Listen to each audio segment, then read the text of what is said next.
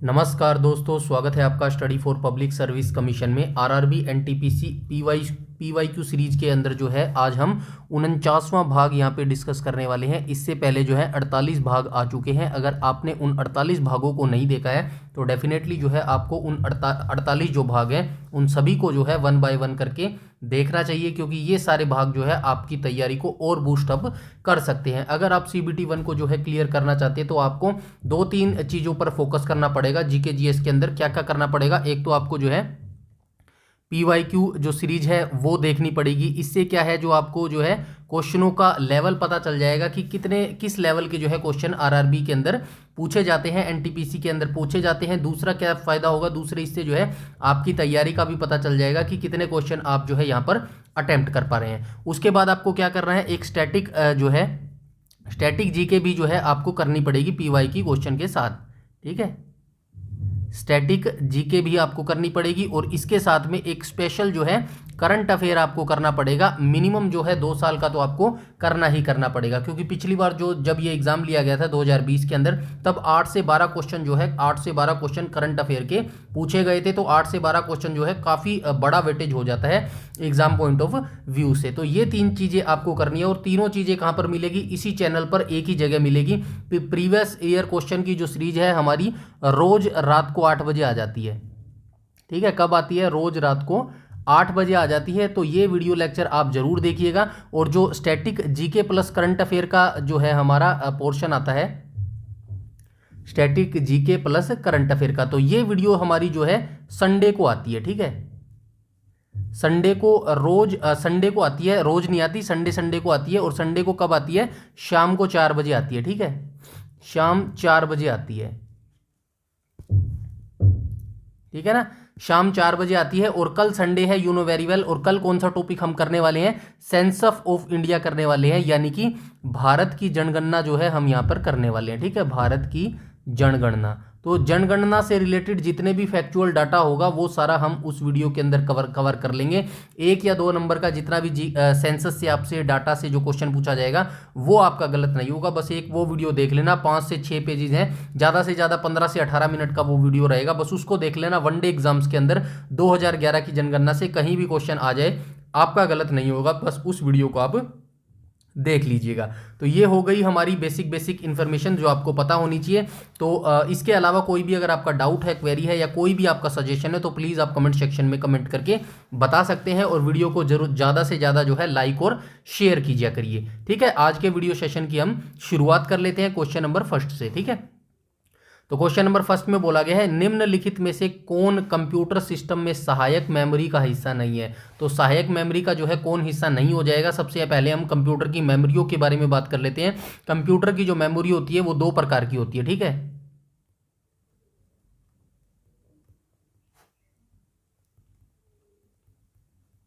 Computer memory कितने प्रकार की होती है, 2 प्रकार की होती है। तो 2 प्रकार की कौन कौन सी होती है, एक तो प्राथमिक मेमोरी होती है,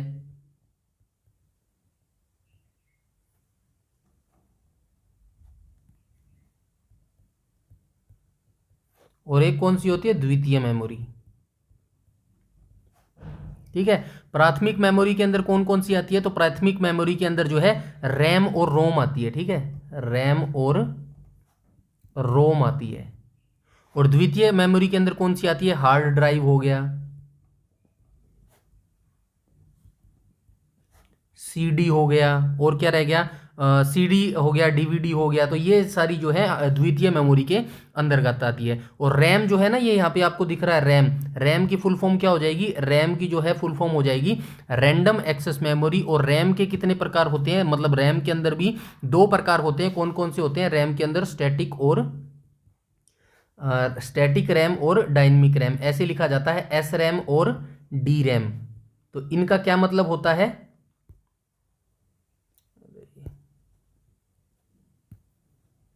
डी रैम, तो ये इनका मतलब होता है स्टैटिक रैम और डायनेमिक रैम, ये रैम के ही जो है पार्ट्स होते हैं। ठीक है, ये जानकारी भी आप याद रखेंगे। और ये जो रोम है ना, रोम के भी ऐसे ही प्रकार होते हैं। तो रोम के कौन कौन से प्रकार होते हैं वो भी जान लीजिएगा, इट्स वेरी इंपॉर्टेंट। ठीक है, रैम के तो देख लिए, स्टैटिक रैम और डायनेमिक रैम होते हैं। और रोम के हम पार्ट्स देखें तो रोम कौन कौन से पार्ट होते हैं, तो रोम के जो है पार्ट्स होते हैं, पी रोम होता है, ठीक है, पी रोम होता है। और कौन सा होता है, ईपी रोम होता है, ईपी रोम होता है।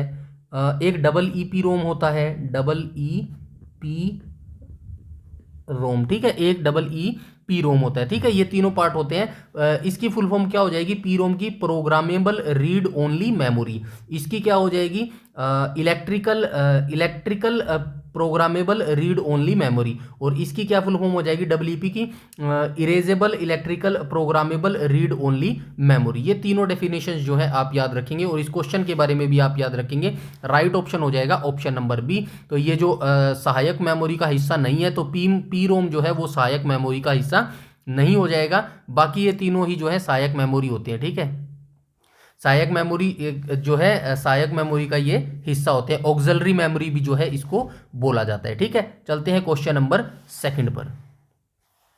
क्वेश्चन नंबर सेकंड में बोला गया है, भारत का पहला परमाणु ऊर्जा स्टेशन कब चालू किया गया था। तो भारत का जो पहला परमाणु ऊर्जा स्टेशन था ये 1969 में चालू किया गया था, तारापुर महाराष्ट्र के अंदर। ठीक है,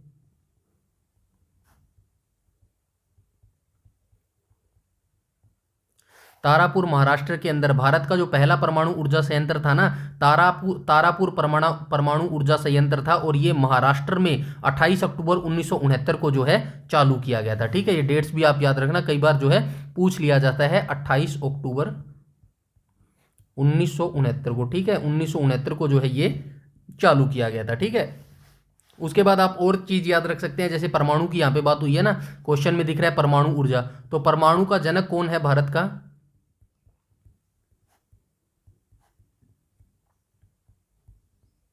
भारत का जो परमाणु जनक है वो हो जाएगा डॉक्टर होमी जहांगीर। ठीक है, होमी जहांगीर जो है भारत के परमाणु जनक हैं। और इन्होंने किसकी स्थापना की थी, Tata institute of fundamental research, Tata institute of fundamental research, TIFR इसको बोला जाता है। और इसकी स्थापना जो है इन्होंने कब की थी, ये आप मुझे कमेंट सेक्शन में कमेंट करके बताएंगे। ऑप्शन दे देता हूं आपको, 1944, 1945, 1946। तो इन तीनों ऑप्शनों में से जो है आप बताएंगे TIFR की स्थापना कब की थी। इसके साथ जो है इन्होंने बार्क की स्थापना भी की थी, बार्क यानी भाभा एटॉमिक रिसर्च सेंटर, इसकी स्थापना जो है इन्होंने 1954 में की थी। ठीक है, ये सारी जानकारी जो है आप याद रखेंगे। ठीक है, चलते हैं क्वेश्चन नंबर 3 पर। क्वेश्चन नंबर 3 में बोला गया है, निम्नलिखित में से कौन सी परियोजना उत्तराखंड में है। तो उत्तराखंड में कौन सी परियोजना है, टिहरी हाइड्रो पावर कॉम्प्लेक्स जो है ना, यही जो है उत्तराखंड के अंदर अवस्थित है। ऑप्शन नंबर ए करेक्ट हो जाएगा। इसके बाद हम देख लेते हैं कोयना, ये जो हाइड्रो इलेक्ट्रिक प्रोजेक्ट है ये आपका जो है कहाँ पर मिलेगी। तो कोयना जल विद्युत परियोजना जो है ये महाराष्ट्र राज्य में अवस्थित है। ठीक है, महाराष्ट्र राज्य में, ये हमारी महाराष्ट्र राज्य के अंदर अवस्थित है। उसके बाद हम बात करेंगे किसकी बात करेंगे, शरावती जल विद्युत परियोजना की। ये कहां पर अवस्थित है, तो ये कर्नाटक राज्य में शरावती नदी के गोरसोप जोग जलप्रपात जो है वहां पर अवस्थित है। आप फिलहाल के लिए जो है राज्य याद रखना कर्नाटक। ठीक है, कर्नाटक राज्य में ये अवस्थित है। और उसके बाद चमेरा की बात करूं तो ये चमेरा जो है ये कहां पर अवस्थित हो जाएगा हमारा, जो ये चमेरा हाइड्रो इलेक्ट्रो शरावती हो गया हमारा कर्नाटक के अंदर। ठीक है, हो गया ना शरावती, ठीक है, शरावती हो गया हमारा कर्नाटक के अंदर। उसके बाद हम आगे चले, आगे की बात यहाँ पे क्या कहा गया, भारत का तो नाथपा झाकड़ी जल विद्युत केंद्र है ना, ये देश का सबसे बड़ा जल विद्युत केंद्र है, ये भी आप याद रखेंगे। ठीक है, ये भी आप याद रखेंगे। और चमेरा हाइड्रो इलेक्ट्रिक की बात करें तो ये कहाँ पर है, ये हिमाचल प्रदेश में अवस्थित है। ठीक है, हिमाचल प्रदेश, हिमाचल प्रदेश में अवस्थित है। और देश का सबसे बड़ा जल विद्युत संयंत्र कौन सा है, ये भी आप याद रखेंगे, देश का सबसे बड़ा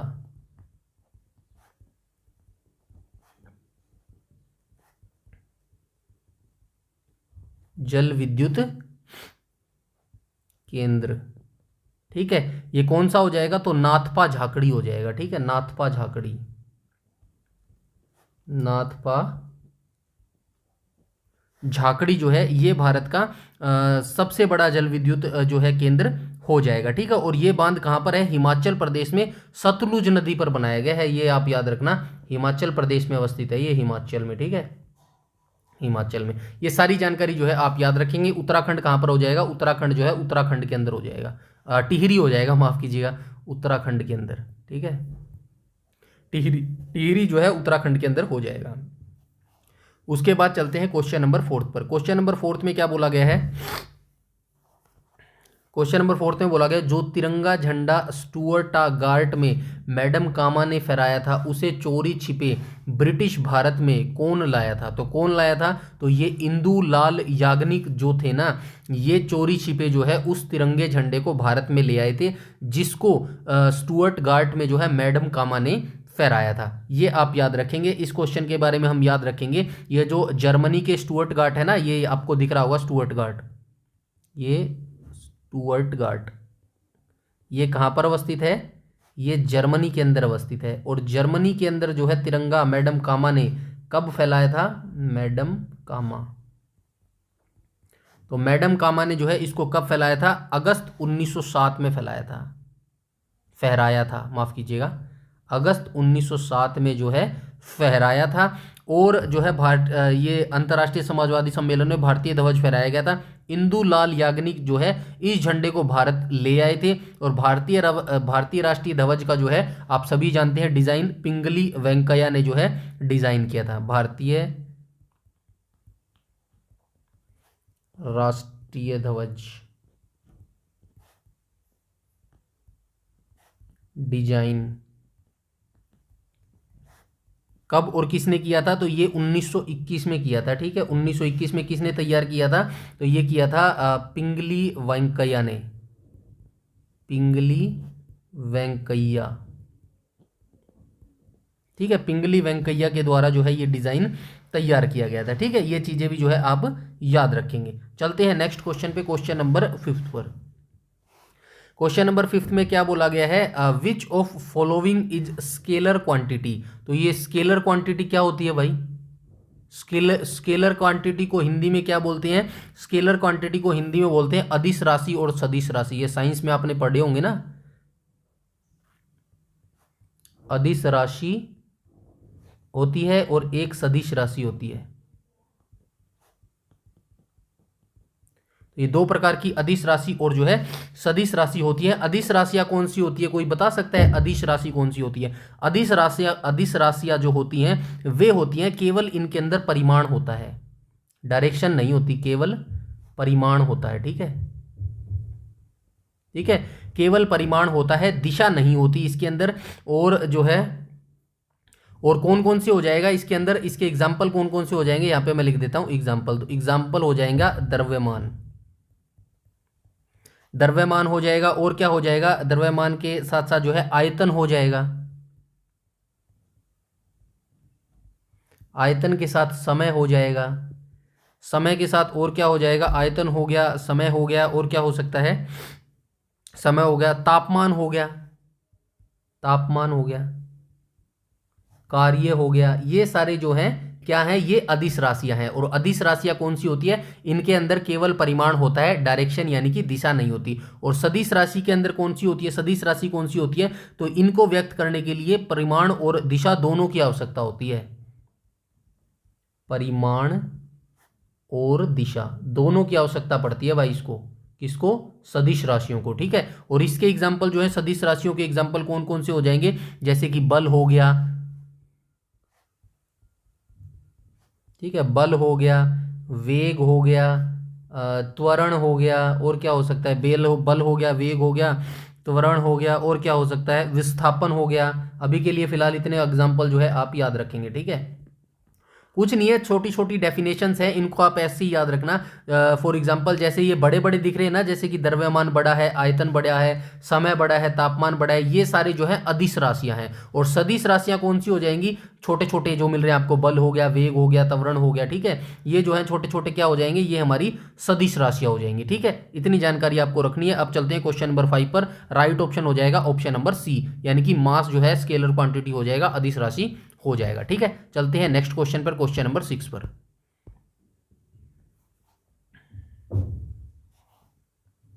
क्वेश्चन नंबर 6 में बोला गया है, भारत के संविधान में निम्नलिखित में से कौन से संविधान संशोधन में नागरिकों की मौलिक कर्तव्य को शामिल किया गया था। तो मौलिक कर्तव्य जो है ये किस संविधान संशोधन के तहत जो है जोड़े गए थे? 42वें संविधान संशोधन जो है किया गया था।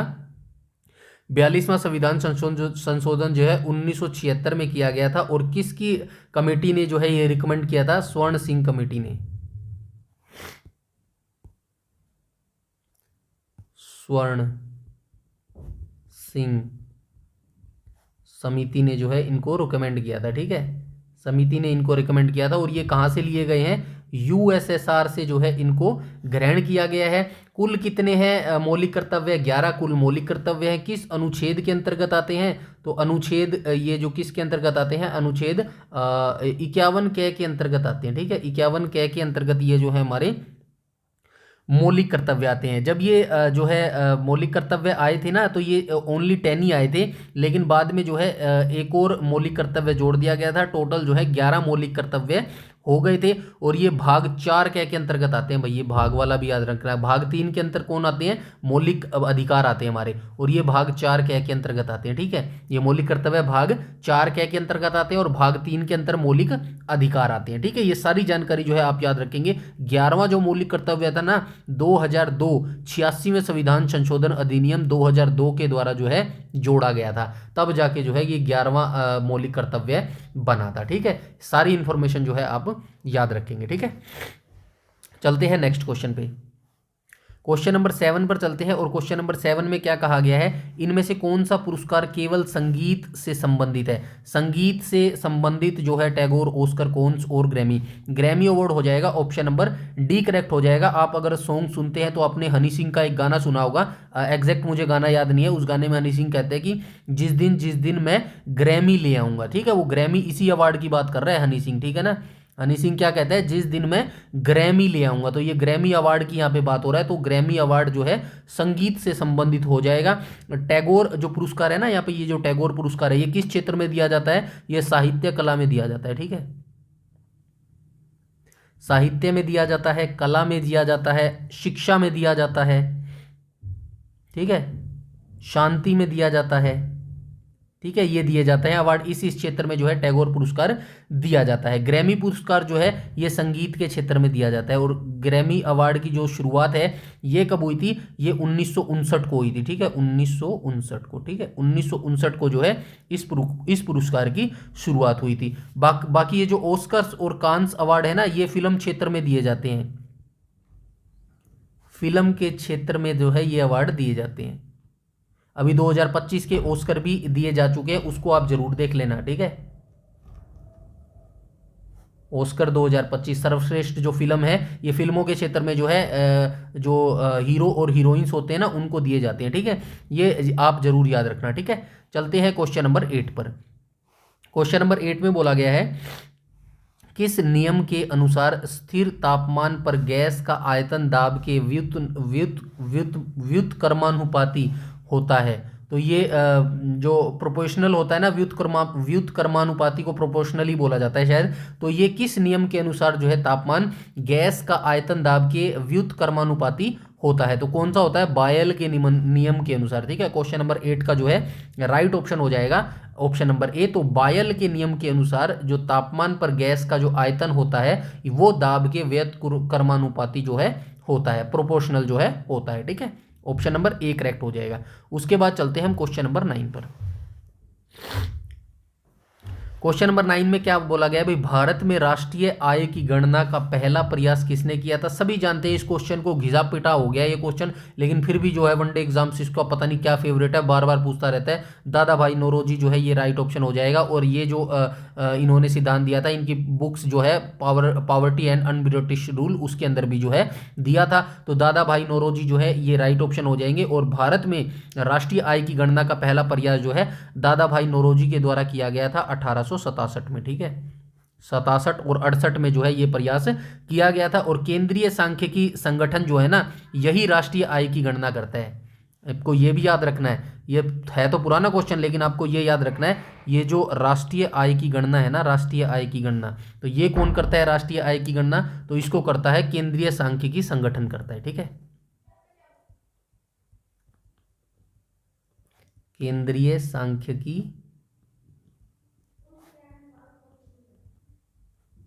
संगठन, ठीक है। केंद्रीय सांख्यिकी संगठन जो है ये राष्ट्रीय आय की गणना करता है, ठीक है। ये भी आपको जो है याद रखना। और भारत में आधिकारिक राष्ट्रीय आय की गणना का जो पहला प्रयास है ये कब हुआ था, तो ये 1949 में हुआ था। ये चीज़ जो है इंपॉर्टेंट याद रखेंगे। आधिकारिक की मैं ये बात कर रहा हूँ, आज़ाद जब भारत देश हुआ ना 1947 में, उसके बाद जो आधिकारिक आप देखते हैं ना कि जो नियमित जनगणना हुई, पहली जनगणना कब हुई?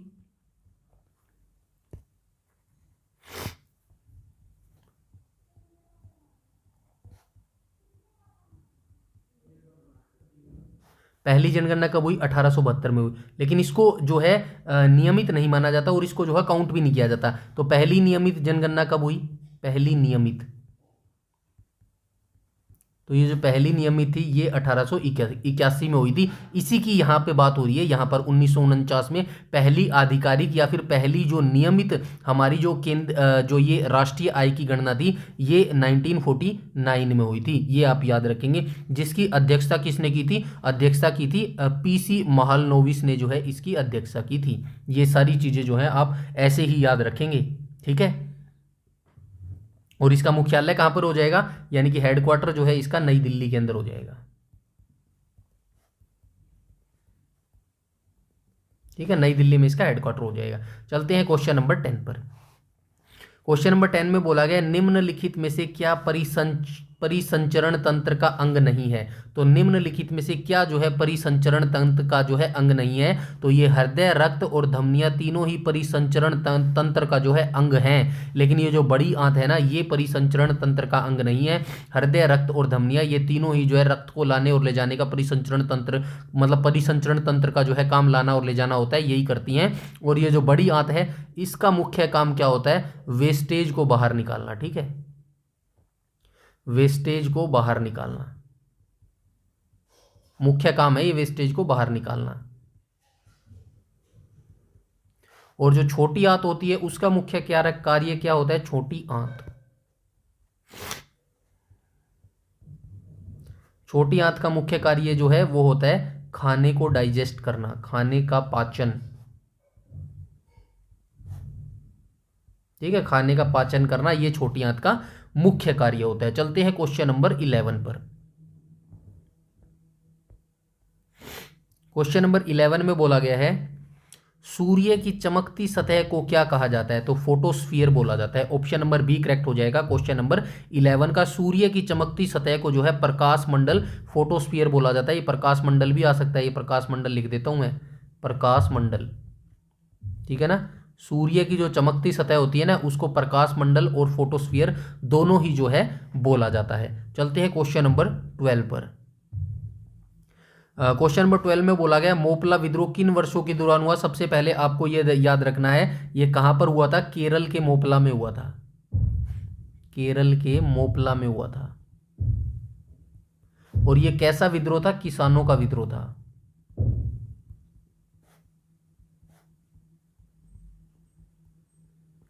किसानों का विद्रोह था। और 1921-22 में ये जो है विद्रोह हुआ था। ऑप्शन नंबर सी करेक्ट हो जाएगा, ठीक है। चलते हैं नेक्स्ट क्वेश्चन पे, क्वेश्चन नंबर 13 पर। क्वेश्चन नंबर 13 में बोला गया कंप्यूटर की भौतिक मेमोरी से संग्रहित परिणाम को बाहर निकालने की प्रक्रिया को क्या कहा जाता है? तो ऑब्वियसली बिल्कुल इजी क्वेश्चन है। फॉर एग्जांपल मैं आपको मैं बताता हूं। जैसे कि ये एक कंप्यूटर है, ठीक है। कंप्यूटर में कोई डाटा आपने इनपुट किया, ठीक है। इनपुट किया आपने जो है डाटा इसके अंदर डाला, कंप्यूटर के अंदर डाला। फिर ये जो डाटा है यहाँ पर ये कंप्यूटर के अंदर इनपुट हो गया है। इसके बाद ये प्रोसेसिंग होना स्टार्ट हो जाएगा, ठीक है। प्रोसेसिंग हो रही है कंप्यूटर की। प्रोसेसिंग होने के बाद कंप्यूटर जो आपको डाटा देगा, जो आपको डाटा देगा वो क्या कहलाएगा? आउटपुट डाटा कहलाएगा, आउटपुट डाटा कहलाएगा, ठीक है। आउटपुट डाटा कहलाएगा। राइट ऑप्शन हो जाएगा ऑप्शन नंबर ए। आउटपुट प्रक्रिया जो है इसको बोला जाता है, ठीक है। चलते हैं नेक्स्ट क्वेश्चन पे, क्वेश्चन नंबर 14 पर। क्वेश्चन नंबर 14 में क्या कहा गया है?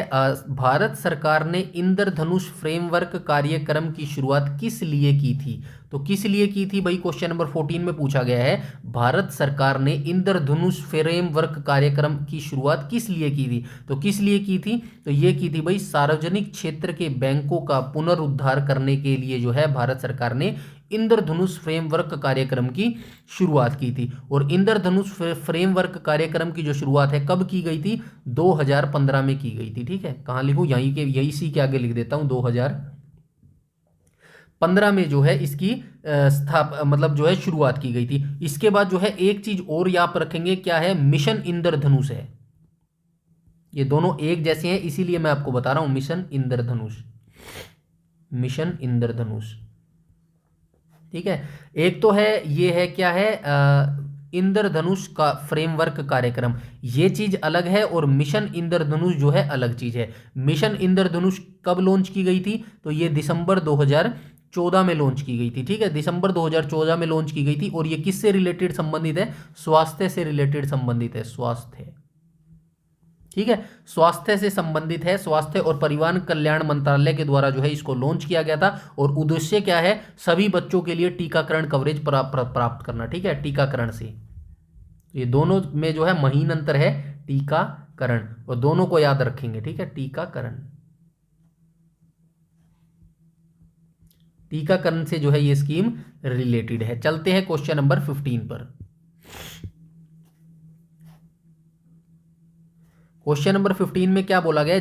वैश्विक जलवायु परिवर्तन गठबंधन एक पहल है। तो वैश्विक जलवायु परिवर्तन गठबंधन एक पहल है, किसकी है? महाद्वीपीय संघ की, यूनानी संघ की, विश्व संघ की, या फिर यूरोपीय संघ की? ऑप्शन नंबर डी करेक्ट हो जाएगा क्वेश्चन नंबर 15 का। वैश्विक जलवायु परिवर्तन गठबंधन जो है यूरोपीय संघ की एक पहल है। उद्देश्य क्या है इसका? उद्देश्य है जलवायु परिवर्तन से निपटने में सबसे कमजोर जो विकासशील देश होंगे उनकी मदद करेगा यूरोपीय संघ। और यूरोपीय संघ को कैसे लिखेंगे? ईयू करके लिखेंगे। और ईयू यानी कि यूरोपियन यूनियन। और इसकी स्थापना कब हुई थी ईयू की? तो यूरोपीय संघ की स्थापना जो है 1993 में हुई थी। ठीक है, 1993 यानी कि 1993 में इसकी स्थापना हुई थी। और जो मुख्यालय है यानी कि हेडक्वार्टर है, ये कहाँ पर हो जाएगा? बेल्जियम के ब्रसेल्स में इसका जो है हेडक्वार्टर हो जाएगा। क्या हो गया? अरे क्या लिख दिया?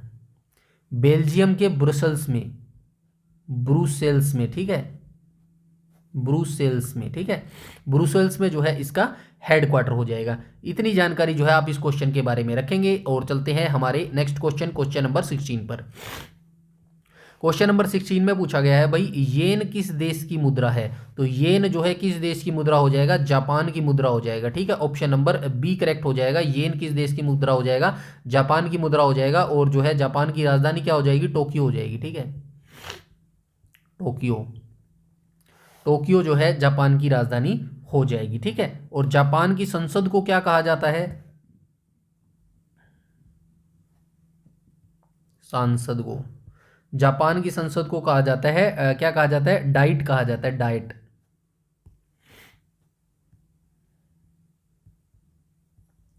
डाइट बोला जाता है। ये भी जो चीज है आप याद रखेंगे। तो संसद को जो है डाइट के रूप में जाना जाता है। कुछ और संसद है, मैं लिख देता हूं। जो भारत की है, भारत की संसद को क्या कहा जाता है? संसद ही कहा जाता है, याद रखना। ठीक है, भारत की संसद को संसद ही बोला जाता है, लेकिन जापान की संसद को डाइट बोला जाता है। ऐसे ही रूस की संसद को क्या बोला जाता है? ये संसद लिख दिया क्या मैंने? चलो ठीक है, कोई बात नहीं। रूस की संसद को ड्यूमा बोला जाता है। ठीक है, ड्यूमा, ये ड्यूमा बोला जाता है। और अमेरिका की संसद को क्या बोला जाता है? तो अमेरिका की संसद को कांग्रेस बोला जाता है। ठीक है, अमेरिका की संसद को जो है कांग्रेस बोला जाता है। ठीक है, ये इतनी चीजें जो है आप याद रखेंगे। चलते हैं क्वेश्चन नंबर 17 पर। क्वेश्चन नंबर 17 में क्या बोला गया है? टैक्सोनॉमी का जनक किसे कहा जाता है? तो कार्ल लिनियस यानी कि सी लिनियस को जो है टैक्सोनॉमी का जनक माना जाता है। ठीक है, चलते हैं क्वेश्चन नंबर 18 पर। क्वेश्चन नंबर 18 में क्या बोला गया है? किसने ईस्ट इंडिया कंपनी के खिलाफ प्लासी का युद्ध लड़ा था? बहुत बार इसी वीडियो सीरीज में हम बात कर चुके हैं। 3 युद्ध आपको याद रखना है। फॉर एग्जांपल, एक तो प्लासी का युद्ध याद रखना है,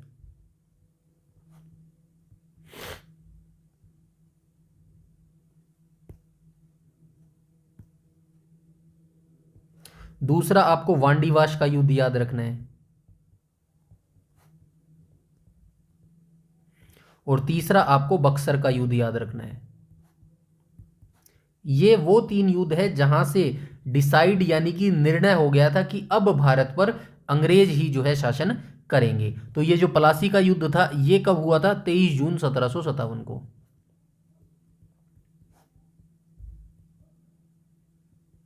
ठीक है, 23 जून 1757 को हुआ था। किस किस के बीच में हुआ था? ब्रिटिश ईस्ट इंडिया और बंगाल के नवाब सिराजुद्दौला के बीच में जो है ये युद्ध हुआ था। और ब्रिटिश ईस्ट इंडिया का नेतृत्व रॉबर्ट क्लाइव ने किया था, और जो है रॉबर्ट क्लाइव इस युद्ध को जीत गया था। ठीक है, वांडीवास का युद्ध कब हुआ था? ये 1760 में हुआ था। किन किन के बीच में हुआ था? फ्रांसीसी और ब्रिटिश ईस्ट इंडिया कंपनी के बीच में जो है ये युद्ध हुआ था, और यहां से जो है फ्रांसीसियों का लगभग सफाया हो गया था, और जो है ये जो है भारत छोड़कर चले गए थे 1760 में। बक्सर का युद्ध कब हुआ था? तो बक्सर का युद्ध कब हुआ था? बक्सर का युद्ध 1764 में हुआ था। ये किस किस के बीच में हुआ था? ब्रिटिश ईस्ट इंडिया कंपनी और बंगाल के नवाब मीर कासिम, अवध के नवाब सुजाउद्दौला और मुगल सम्राट शाह आलम द्वितीय, ये तीनों की सेनाएं जो है इकट्ठी लड़ी थी। किसके खिलाफ? ब्रिटिश ईस्ट इंडिया की कंपनी के खिलाफ। लेकिन इन तीनों को जो है ब्रिटिश ईस्ट इंडिया कंपनी ने हरा दिया था, और यही बक्सर का युद्ध के बाद जो है निर्णय हो गया था कि अब भारत पर अंग्रेज ही शासन करेंगे। ठीक है, इतनी जानकारी अब आपको जो है इस क्वेश्चन के बारे में होनी चाहिए, क्वेश्चन नंबर 18 के बारे में। ठीक है, चलते हैं क्वेश्चन नंबर 19 पर। क्वेश्चन नंबर 19 में बोला गया कौन से राष्ट्र ने 5 बार कॉमनवेल्थ गेम्स की जो है मेजबानी की है? तो ऑस्ट्रेलिया जो है राइट ऑप्शन हो जाएगा, ऑप्शन नंबर ए। तो ऑस्ट्रेलिया जो है ये 5 बार मेजबानी की है। क्वेश्चन नंबर 19 का जो है कॉमनवेल्थ गेम्स, जो पहले ब्रिटिश एम्पायर के नाम से जाने जाते थे, कॉमनवेल्थ गेम, कॉमनवेल्थ गेम्स, इनको पहले किस नाम से जाना जाता था? ब्रिटिश एम्पायर के नाम से जाना जाता था, British Empire, British Empire, empire आएगा, एम्पायर नहीं, एम्पायर, ब्रिटिश एम्पायर के नाम से जाना जाता था। और इनकी शुरुआत कब हुई थी? शुरुआत 1930 के अंदर हुई थी। ठीक है, शुरुआत 1930, 1930 में जो है इसकी शुरुआत हुई थी। कहाँ पर हुई थी? कनाडा के हैमिल्टन शहर में हुई थी। ठीक है, कनाडा का जो हैमिल्टन शहर है ना, वहीं पर इसकी शुरुआत हुई थी। और भारत ने इन खेलों में कब जो है भाग लेना शुरू किया था? तो भारत ने जो है 1934, यानी कि जो दूसरा कॉमनवेल्थ गेम हुआ था ना, कब हुआ था? 1934 में हुआ था। और 1934 में ही भारत ने जो है इसके अंदर हिस्सा लिया था। ये चीज़ें भी जो है आप याद रखेंगे। और भारत ने अब तक केवल एक बार जो है इस कॉमनवेल्थ को होस्ट किया है। ठीक है, होस्ट भारत ने कितनी बार किया है? 2010 में किया है। कहां पर किया था? न्यू दिल्ली में। ठीक है, ये भी जो है आप याद रखेंगे। ये जो हमारे जो रेसलर जीते थे, बॉक्सर जीते थे, ये 2010 में जो नई दिल्ली में हुआ था। काफ़ी सारे बॉक्सर जो है वहाँ से जिन्होंने नाम और फेम दोनों कमाया है, तो ये यहाँ से सुर्खियों में आए थे। ठीक है, तो ये जानकारी भी जो है आप याद रखेंगे क्वेश्चन नंबर 19 के बारे में। ठीक है, चलते हैं नेक्स्ट क्वेश्चन पे, क्वेश्चन नंबर 20 पर। क्वेश्चन नंबर 20 को देख लेते हैं। 20 में क्या कहा गया है? साहित्य अकादमी का मुख्यालय कहाँ पर स्थित है? तो साहित्य अकादमी का जो मुख्यालय है ये बेंगलुरु के अंदर अवस्थित है। क्वेश्चन नंबर 20 का राइट ऑप्शन हो जाएगा, ऑप्शन नंबर ए। साहित्य अकादमी की स्थापना आप याद रखना, स्थापना हुई थी 1954 में, 1954 में जो है साहित्य अकादमी की स्थापना हुई थी। ठीक है, मुख्यालय जो है नहीं, बेंगलुरु नहीं, नई दिल्ली आएगा यार, सॉरी मैं अभी क्या बता दिया, नई दिल्ली आएगा। क्वेश्चन नंबर 20 का जो है राइट ऑप्शन हो जाएगा, option number D, B correct हो जाएगा। ठीक है, माफ कीजिएगा इस मिस्टेक के लिए। तो नई दिल्ली में जो है इसका मुख्यालय हो जाएगा साहित्य अकादमी का। ठीक है, चलते हैं क्वेश्चन नंबर 21 पर। क्वेश्चन नंबर 21 में बोला गया प्रसिद्ध गोल गुंबद कहाँ पर अवस्थित है? तो ये कर्नाटक में अवस्थित है। ठीक है, क्वेश्चन नंबर 21 का राइट ऑप्शन हो जाएगा, ऑप्शन नंबर बी। और प्रसिद्ध जो ये गोल गुंबद है,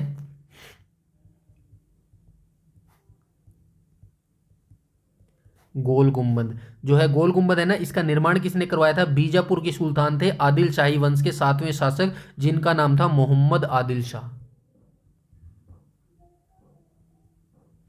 मोहम्मद आदिल शाह। ठीक है, इनके द्वारा जो है गोल गुंबज का निर्माण करवाया गया था। ये जानकारी भी जो है आप याद रखेंगे। और कहां पर अवस्थित है? कर्नाटक के अंदर अवस्थित है। ठीक है, और चाहे तो इसके राजधानी भी याद रखना, कैपिटल जो है पंजाब की जो है राजधानी क्या हो जाएगी? पंजाब की हो जाएगी चंडीगढ़। चंडीगढ़ किसकी है? हरियाणा की भी है।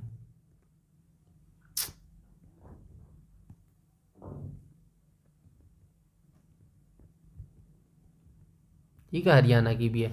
राजस्थान की जयपुर हो जाएगी। कर्नाटक की बेंगलोर हो जाएगी। गुजरात की क्या हो जाएगी? गुजरात की बताओ, चलो क्या होगी, ठीक है। चलते हैं नेक्स्ट क्वेश्चन पे, क्वेश्चन नंबर 20 पर। क्वेश्चन नंबर 20 में क्या बोला गया? 2020 में आर्थिक विज्ञान के लिए निम्न में से किसने नोबेल पुरस्कार प्राप्त किया? तो नोबेल पुरस्कार जो है ये 2020 का पूछा गया है। इतना ज़्यादा जो है आपको पीछे का याद नहीं रखना। अभी लेटेस्ट नोबेल पुरस्कार जो आए हैं 2025 वाले, उनका जो है कंप्लीट वीडियो मैंने रेडी करके जो है पब्लिश कर दिया है, ठीक है। तो वो वीडियो देख लेना। 2025 का जो आपका नोबेल पुरस्कार है ना, वो सारे मैंने करवा दिए हैं। तो आप जो है उस वीडियो को जरूर देख लेना। वहाँ से जो है क्वेश्चन आपको देखने को मिलेगा और एक भी क्वेश्चन जो है गलत आपको नहीं होगा। कहाँ पर मिलेगी? Static GK plus current affair जो प्लेलिस्ट है इसके अंदर मिलेगी। और ये प्लेलिस्ट कहाँ पर मिलेगी? तो ये प्लेलिस्ट जो है आपको इस वीडियो के डिस्क्रिप्शन में भी मिल जाएगी, ठीक है। इस प्लेलिस्ट में भी जो है मिल जाएगी। ये क्वेश्चन 20 वाला चाहो तो छोड़ दीजिए, मैं क्वेश्चन का नंबर बता देता हूँ। जॉर्ज स्मिथ जो है इसका राइट ऑप्शन हो जाएगा। आर्थिक विज्ञान के लिए नोबेल पुरस्कार जो है जॉर्ज स्मिथ को मिला था 2020 के अंदर, ठीक है। चलते हैं क्वेश्चन नंबर, माफ कीजिएगा ये दो जॉर्ज स्मिथ नहीं आएगा यार, क्या बात हो रही है। जो क्वेश्चन नंबर 22 है ना, क्वेश्चन नंबर 22 का जो है राइट ऑप्शन हो जाएगा रॉबर्ट वी विल्सन, ठीक है। जल्दबाजी में हो रहा है ये काम।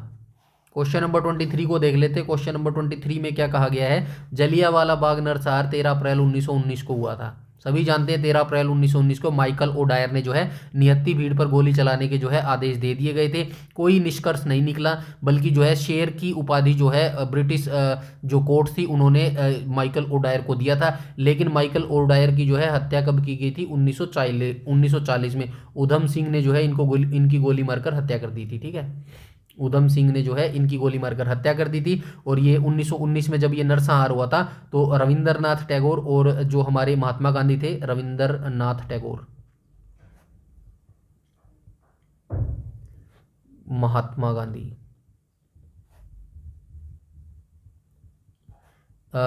रविंद्रनाथ टैगोर ने तो अपनी नाइटहुड और महात्मा गांधी ने जो है केसरे हिंद की, ये दोनों ही उपाधि जो है लौटा दी थी। और ये दोनों उपाधि जो है इनको कब मिली थी? 1915 में जो है दोनों को जो है उपाधि मिली थी। और रविंद्रनाथ टैगोर को नोबेल प्राइज भी मिला था। नोबेल पुरस्कार रविंद्रनाथ टैगोर को कब मिला था? 1913 में जो है नोबेल पुरस्कार मिला था। नोबेल पुरस्कार मिला था रविंद्रनाथ टैगोर को। किसके लिए मिला था? गीतांजलि के लिए मिला था, ठीक है। गीतांजलि के लिए मिला था। चलते हैं नेक्स्ट क्वेश्चन, क्वेश्चन नंबर 24 पर। क्वेश्चन नंबर 24, नरसंहार किस तिथि को हुआ? अच्छा, ये अलग अलग क्वेश्चन है, ठीक है, कोई बात नहीं। यहाँ पे पूछा गया किस तिथि को हुआ था, यहाँ पे पूछा गया जलियांवाला बाग नरसंहार किस वायसराय के जो है कार्यकाल में हुआ था। तो किस वायसराय के जो है कार्यकाल में हुआ था? तो सभी जानते हैं option number B, Lord Chelmsford के कार्यकाल के दौरान जो है ये हुआ था, ठीक है। चलते हैं नेक्स्ट क्वेश्चन पे, क्वेश्चन नंबर 25 पर। क्वेश्चन नंबर 25 में क्या बोला गया? उर्वरक क्रांति का संबंध किस रंग से है? तो उर्वरक क्रांति का जो संबंध है वो किस रंग से हो जाएगा? तो ये ग्रे रंग से जो है उर्वरक क्रांति का संबंध हो जाएगा। कुछ और क्रांति देख लेते हैं, जैसे कि हरित क्रांति का संबंध किससे है? खाद्यान्न से, ठीक है। श्वेत क्रांति का किससे है? दुग्ध से, ठीक है। और वर्गीज कुरियन जो है दुग्ध क्रांति के जनक माने जाते हैं। हरित क्रांति का जनक कौन माना जाता है? भारत का स्वामीनाथन है और विश्व का नॉर्मन बोरलॉग है, ठीक है। और देख लेते हैं नीली क्रांति किससे संबंधित है? नीली क्रांति है मत्स्य पालन से।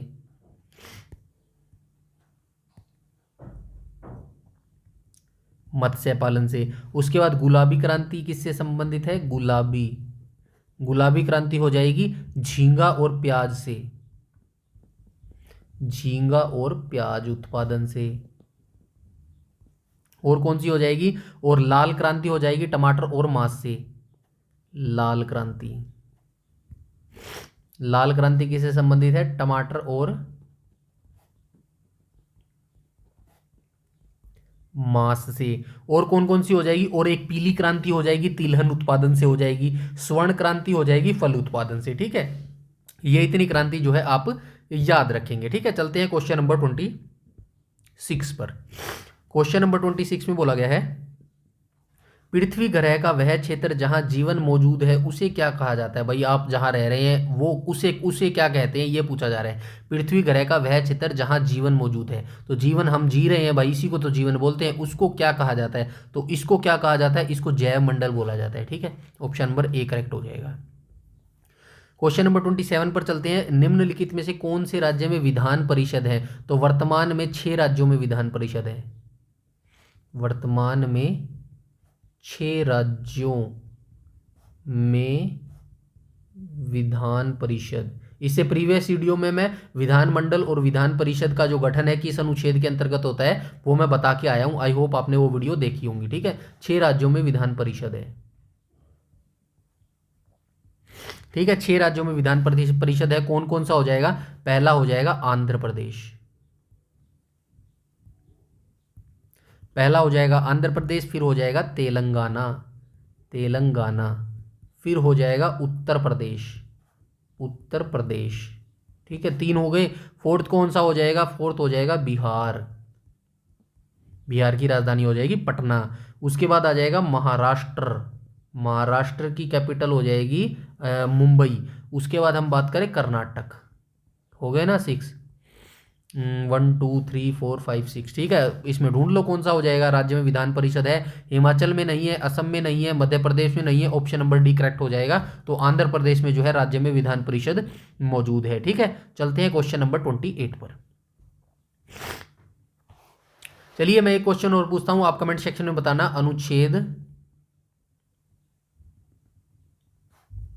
अनुच्छेद 170 एंड 171 ये किसके गठन से संबंधित है, ये आप मुझे कमेंट सेक्शन में कमेंट करके बताएंगे। अनुच्छेद 170 किस से संबंधित है, किसका गठन किया गया है अनुच्छेद 170 के तहत, और किसका गठन किया गया है अनुच्छेद 171 के तहत। ठीक है, चलते हैं क्वेश्चन नंबर 28 पर। 28 में बोला गया 2020 में निम्न में से किस फिल्म को सर्वश्रेष्ठ फिल्म वर्ग में फिल्म फेयर पुरस्कार मिला था। 2020 का पूछा गया है, ज़्यादा जरूरी नहीं है। तो ये कौन सा है क्वेश्चन नंबर 28 का, ऑप्शन नंबर सी हो जाएगा गली बॉय, ज़्यादा जरूरी नहीं है। आगे चलते हैं। क्वेश्चन नंबर 29 में बोला गया है संयुक्त राष्ट्र सुरक्षा परिषद का मुख्यालय कहाँ स्थित है। तो संयुक्त राष्ट्र सुरक्षा परिषद का जो मुख्यालय है ये कहाँ पर अवस्थित हो जाएगा, तो ये न्यूयॉर्क के अंदर हो जाएगा।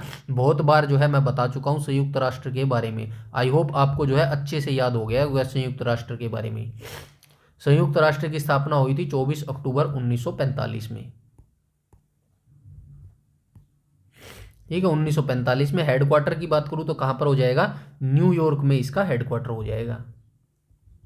मुख्य अंग इसके कितने हैं, 6 मुख्य अंग हैं, मुख्य 6 अंग हैं। ठीक है, मुख्य अंग 6 अंग है। स्थायी सदस्य कितने हैं, स्थायी सदस्य हो जाएंगे 5। अस्थायी सदस्य कितने हो जाएंगे, अस्थायी सदस्य हो जाएंगे 10।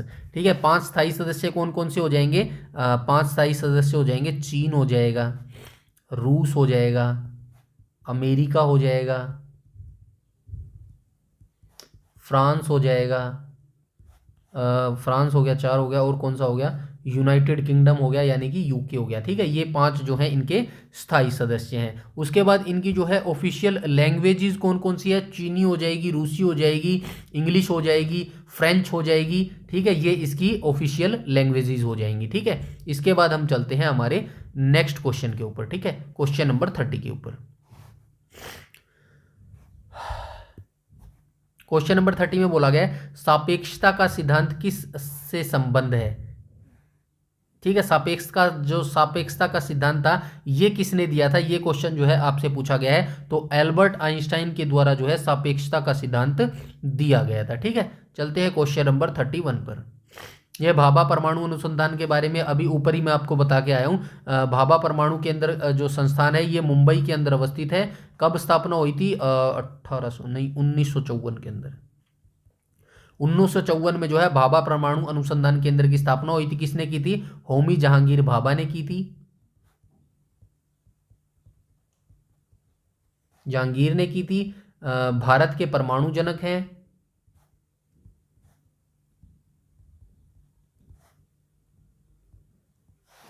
और भारत का पहला रिएक्टर कौन सा है, परमाणु रिएक्टर, ये हो जाएगा अप्सरा।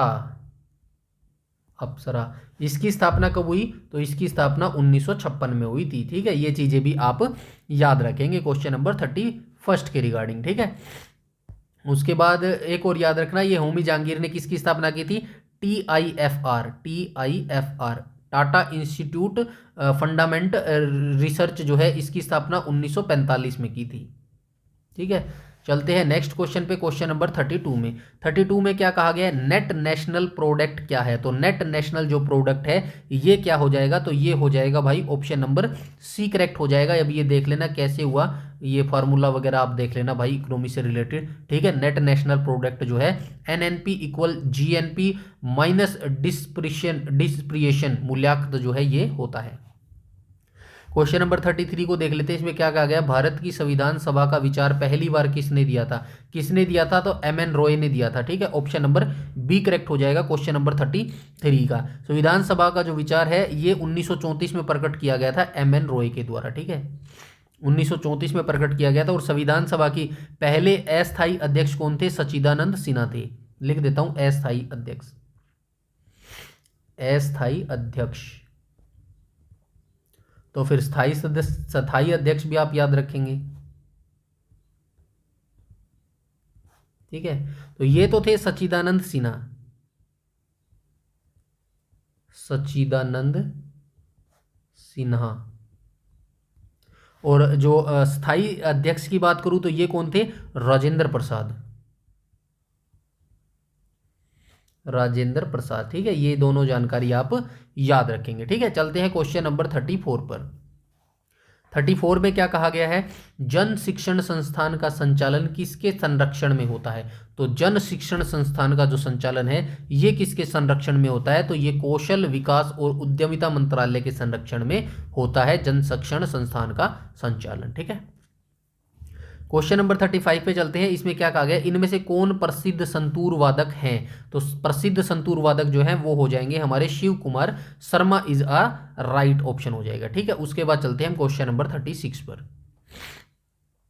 क्वेश्चन नंबर 36 में क्या कहा गया भाई? 49वीं समांतर डैश के बीच सीमा रेखा है। तो ये जो 49वीं समांतर सीमा रेखा है ये किन दो देशों के बीच में है? तो ये मैक्सिको और जो है माफ कीजिएगा अमेरिका और कनाडा के बीच में हो जाएगी। ठीक है, ऑप्शन नंबर सी करेक्ट हो जाएगा। ठीक है, ऑप्शन नंबर सी करेक्ट हो जाएगा। भारत और पाकिस्तान के बीच में कौन सी हो जाएगी? रेड क्लिफ हो जाएगी। कुछ सीमाएं रेखे मैं जो है आपको बता देता हूं, जगह है ना? ठीक है, जगह बची हुई है। चलिए मैं कुछ सीमा रेखाएं आपको बता देता हूं। जैसे 49वीं समांतर है ना, ऐसे ही 70वीं जो है समांतर है। 70वीं समांतर जो है किन देशों के बीच में है? ये दक्षिणी वियतनाम और उत्तरी वियतनाम के बीच है। ठीक है, दक्षिण वियतनाम और उत्तरी वियतनाम के बीच में कौन सी सीमा रेखा है? 70वीं सीमा रेखा है। ठीक है, उसके बाद 20वीं समांतर आप याद रखेंगे। 20वीं समांतर सीमा रेखा किसके बीच है? लीबिया और सूडान के बीच में। ठीक है, लीबिया और सूडान के बीच में। उसके बाद आप याद रखेंगे 31वीं समांतर, 31वीं समांतर सीमा रेखा जो है ये किसके बीच में है? ईरान और इराक के बीच में।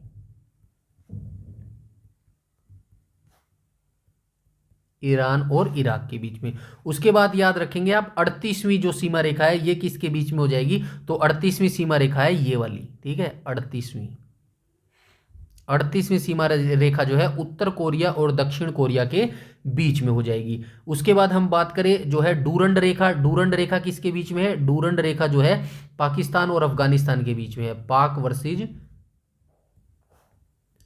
अफगानिस्तान के बीच में। ठीक है, और हम क्या याद रख सकते हैं? और भारत और श्रीलंका, भारत और जो पाकिस्तान है उसकी आप जानते ही हैं, भारत और पाक के बीच में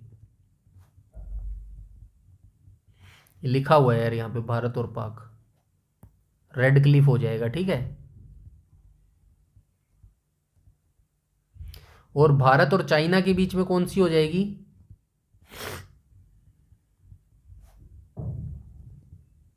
तो ये हो जाएगी मैकमोहन।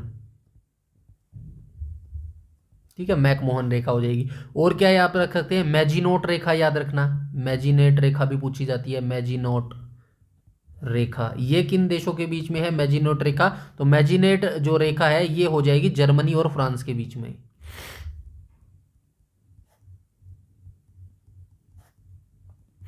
ठीक है, जर्मनी और फ्रांस के बीच में हो जाएगा। और रेड क्लिफ आपको पता ही लग गया। मैंने रहाइम रेखा भी आप याद रखेंगे, मैंने रहाइम, मैन राइटम, ये किसके बीच में हो जाएगी? तो ये हो जाएगी रूस और फिनलैंड के बीच में।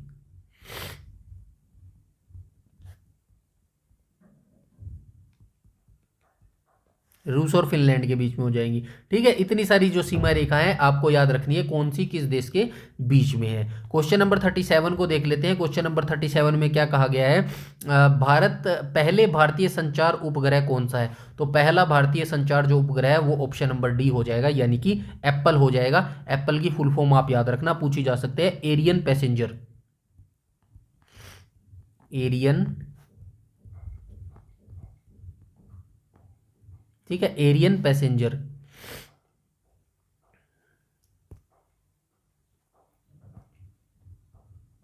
ठीक है, एरियन पैसेंजर पेलोड,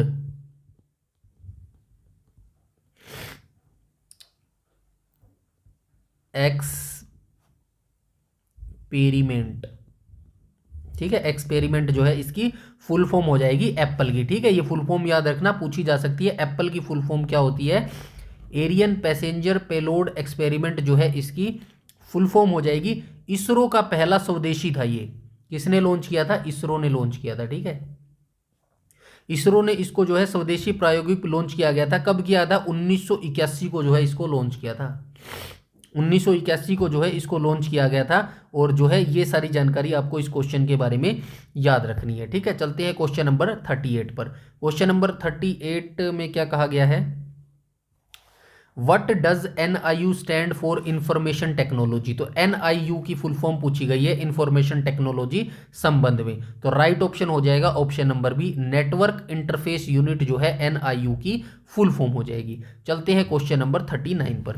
39 में क्या बोला गया? सेब से संबंधित रोग को किस रूप में जाना जाता है? तो सेब से संबंधित रोग जो है वो कौन सा हो जाएगा? ऑप्शन नंबर ए करेक्ट हो जाएगा। फायर ब्लाइट जो रोग है ये सेब से संबंधित जो है रोग होता है। ठीक है, सेब से संबंधित जो है, सेब के अंदर कौन सा रोग लगता है? फायर ब्लाइट रोग लगता है। रेड रस्ट रोग कहां पर लगता है? ये गेहूं के अंदर लगता है। ठीक है, और चलते हैं क्वेश्चन नंबर 14 पर। क्वेश्चन नंबर 14 में बोला गया है लीचेन एक ऐसा जीव है जो डैश की चेतावनी देता है। तो ये वायु प्रदूषण की चेतावनी देता है। भाई कितना बढ़िया जीव है वायु प्रदूषण। और फिर भी हम इतने निकम्मे हो चुके हैं कि हमारे हमारा जो विश्व है इतनी बीमारियों से घिर चुका है, फिर भी हमें वो बीमारियां इतनी दिख नहीं रही हैं। यकीन मानिएगा, ये जो मुझे ऐसा लगता है कि जो मानव जाति है ना उसका अब ढलान जो है शुरू हो चुका है। मतलब इंसान ने तरक्की बहुत कर ली, टेक्नोलॉजी के अंदर जो है बहुत तरक्की कर ली, क्या क्या बना लिया, AI बना लिया। अब आने वाले समय में जो है इंसान बेरोजगार हो जाएंगे, सीधी सी बात है, क्योंकि इंसानों की जगह कौन ले लेगा? AI ले लेगा, यानी कि आर्टिफिशियल इंटेलिजेंस जो है वो इंसानों की जगह ले लेगा। रोबोट जो है इंसानों की जगह ले लेगा। तरक्की तो इंसान ने कर ली, इसमें तो कोई दो राय नहीं है, लेकिन वो तरक्की करने के लिए जो है वो उसी पेड़ की जड़, वो उसी पेड़ की जो है टहनी काट रहा है। किस टहनी को काट रहा है? जिस पर वो खुद खड़ा है, जिस पर खुद खड़ा है ना, वो उसी टहनी को जो है इंसान काट रहा है। क्योंकि जो है हम जो हम प्रयोग करते हैं, जो हम प्राप्त करते हैं, उसके लिए हम ज़्यादा से ज़्यादा जो है जो हमारा पर्यावरण है ना उसको नुकसान पहुंचा रहे हैं। और ये हम भूल जाते हैं कि पर्यावरण की वजह से ही हमें ये जीवन मिला है। ठीक है, ये जीवन हमारी खुद की देन नहीं है, ये पर्यावरण की देन है जो हमें ये जीवन मिला है। और इसी पर्यावरण को जो है हम नुकसान पहुंचा रहे हैं, काट रहे हैं। अगर ये पर्यावरण ही नहीं बचेगा तो हम भी नहीं बचेंगे, तो वो टेक्नोलॉजी का क्या करेंगे हम? तो ये थोड़ा सा बहुत ही ज़्यादा चिंता और सोचने का विषय है, जिस पर इंसान बिल्कुल भी ध्यान नहीं दे रहा है। फिलहाल मैं आपको यही सजेशन देना चाहता हूँ, अपने आसपास जो है 1 से 2 जरूर पेड़ लगाएं और उनका ध्यान जरूर रखें। ठीक है, इतनी जानकारी जो है इस जो है वीडियो लेक्चर में आपसे शेयर करनी थी। आई होप आपको वीडियो अच्छी लगी होगी। और वीडियो अच्छी लगी है तो प्लीज़ बस आपको सिर्फ 2 काम करने होते हैं। क्या काम करने होते हैं? एक तो लाइक करना होता है और दूसरा आपको शेयर करना होता है। ठीक है। तीसरा काम कुछ नहीं करना, बस आपको स्टडी करनी है दबा के, ठीक है। और चैनल पर पहली बार विजिट कर रहे हैं तो चैनल को सब्सक्राइब कर लीजिएगा और बेल आइकन बटन को टैप कर लीजिएगा ताकि समय पर आपको सारी नोटिफिकेशन मिलती रहे। यूट्यूब पर अगर आप हमें फॉलो करते हैं तो हमारा टेलीग्राम ग्रुप जरूर से जरूर ज्वाइन कर लीजिएगा। सारी नोटिफिकेशन, सारी अपडेट जो है टेलीग्राम पर ही प्रोवाइड करवाई जाती है। Latest update, latest question paper और जो है जितनी भी पीडीएफ्स होती हैं वो हमारी, वो सारी ही जो है हम टेलीग्राम पर प्रोवाइड करवाते हैं। इसीलिए टेलीग्राम जो है ज्वाइन करना बेहद इंपॉर्टेंट है। इसके अलावा कोई भी अगर आपका डाउट है, क्वेरी है या सजेशन है तो आप कमेंट सेक्शन में कमेंट करके बता सकते हैं। इस वीडियो में इतना ही रखते हैं, तब तक के लिए धन्यवाद।